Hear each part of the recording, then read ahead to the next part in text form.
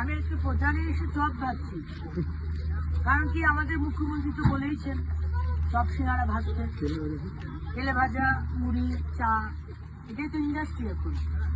আমাদের যুব সমাজ বলেছেন চাকরি নিয়ে তো কি আছে, বউকে বলো আজকে সেই চা বানিয়ে দিতে, ঘুগনি আর চপ নিয়ে রাস্তায় বেরিয়ে পড়ো। আমি আজকে তাই করেছি, কারণ মুখ্যমন্ত্রী বলেছেন।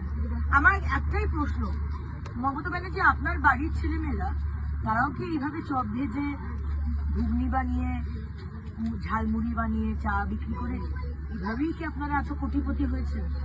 আপনাদের বাড়িতে নাকি ঝাল লণ্ঠন আছে, আপনাদের বাড়িতে নাকি প্রতি বছর বিজিবিএস করে আমাদের ট্যাক্স পেয়ারের টাকায় বেঙ্গল গ্লোবাল বিজনেস সামিট করে যে মিথ্যে কথাগুলো বলেছেন, 21 লক্ষ চাকরি হয়ে গেছে, 27 লক্ষ কোটি টাকার বিনিয়োগ হয়েছে, আর রাস্তায় দাঁড় করিয়ে দিয়েছেন বাংলার যুব সমাজকে 1500 টাকার যুব সাথী, মানে মাসে 1500 টাকা, মানে রোজ 50 টাকা।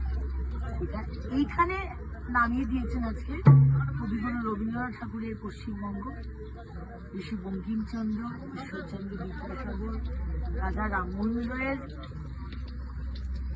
পশ্চিমবঙ্গকে এই লেভেলে নামিয়ে দিয়েছেন, এগিয়ে বাংলা। আমি আজকে প্রচারে এসে চপ ভাবছি, কারণ কি আমাদের মুখ্যমন্ত্রী তো বলেইছেন চপ সিঙ্গারা ভাজতে, তেলে ভাজা, মুড়ি, চা, এটাই তো ইন্ডাস্ট্রি এখন।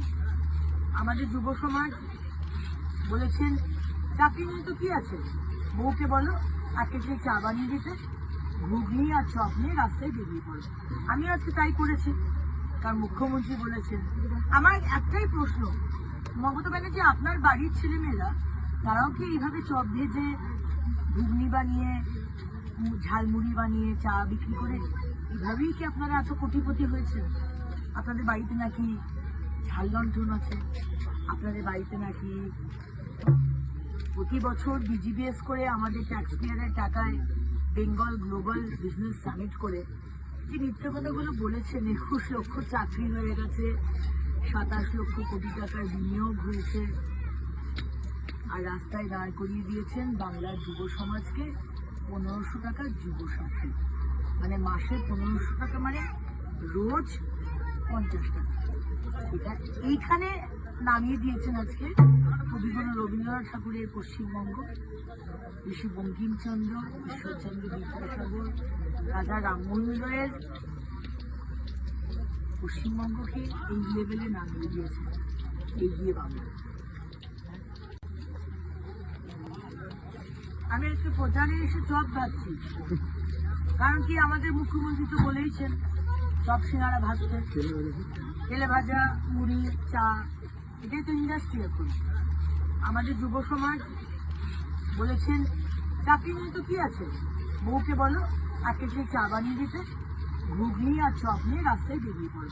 আমি আজকে তাই করেছি, কারণ মুখ্যমন্ত্রী বলেছেন। আমার একটাই প্রশ্ন, মমতা ব্যানার্জি আপনার বাড়ির ছেলেমেয়েরা তারাও কি এইভাবে চপ ভেজে, ঘুগনি বানিয়ে, ঝালমুড়ি বানিয়ে, চা বিক্রি করে এইভাবেই কি আপনারা এত কোটিপতি হয়েছেন? আপনাদের বাড়িতে নাকি ঝাল লণ্ঠন আছে, আপনাদের বাড়িতে নাকি প্রতি বছর বিজিবিএস করে আমাদের ট্যাক্স পেয়ারের টাকায় বেঙ্গল গ্লোবাল বিজনেস সামিট করে যে মিথ্যে কথাগুলো বলেছেন, 21 লক্ষ চাকরি হয়ে গেছে, 27 লক্ষ কোটি টাকার বিনিয়োগ হয়েছে, আর রাস্তায় দাঁড় করিয়ে দিয়েছেন বাংলার যুব সমাজকে 1500 টাকার যুব সাথী, মানে মাসে 1500 টাকা, মানে রোজ 50 টাকা।